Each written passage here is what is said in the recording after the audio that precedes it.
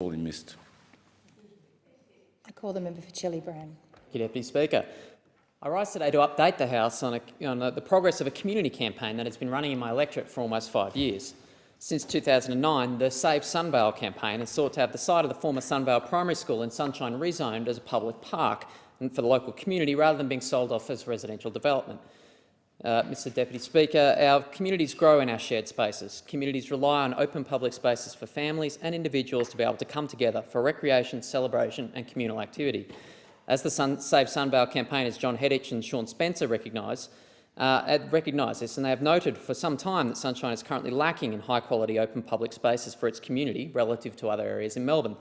So they've been campaigning since 2009 to have the entire site converted into a high-quality open public space for the people of Sunshine. The Save Sunvale group met with representatives of all political parties in Melbourne's West with this objective for many years. Before the 2010 state election, this group met with Mr Bernie Finn, the Liberal Upper House member for Western Metro, and Matthew Guy, the then Shadow Planning Minister. In this meeting, Save Sunvale assert that Mr Finn committed to that the entire site at Sunvale would be rezoned as a public park should the Liberal Party win the state election in 2010. In fact, Mr Guy joked in this meeting that the site should be renamed, quote, Finland, in honour of Mr Finn's lobbying efforts for the group.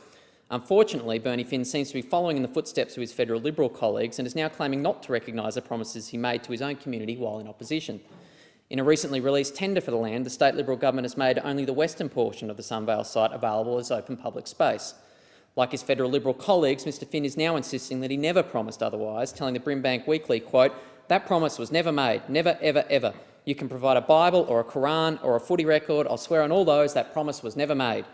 Mr Finn made this statement to the local newspaper because he refused to front a recent community rally on the Sunvale site to explain his government's actions.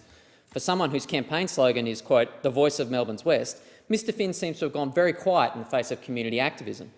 Mr Finn further told Brimbank Weekly that, quote, I've spent more time on this issue, on this issue than any other single issue in the West.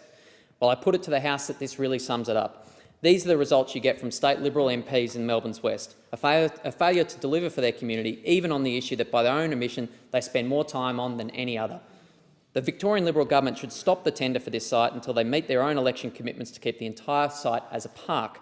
In the meantime, members of the Save Sunvale group are now, quote, occupying the site in protest at the flawed tender process, setting up an around-the-clock camp on the site and engaging in subversive protest actions like mowing the grass there and installing a raised community vegetable garden. I wish them good luck in holding the Liberal Party to their promises, and I'll be glad to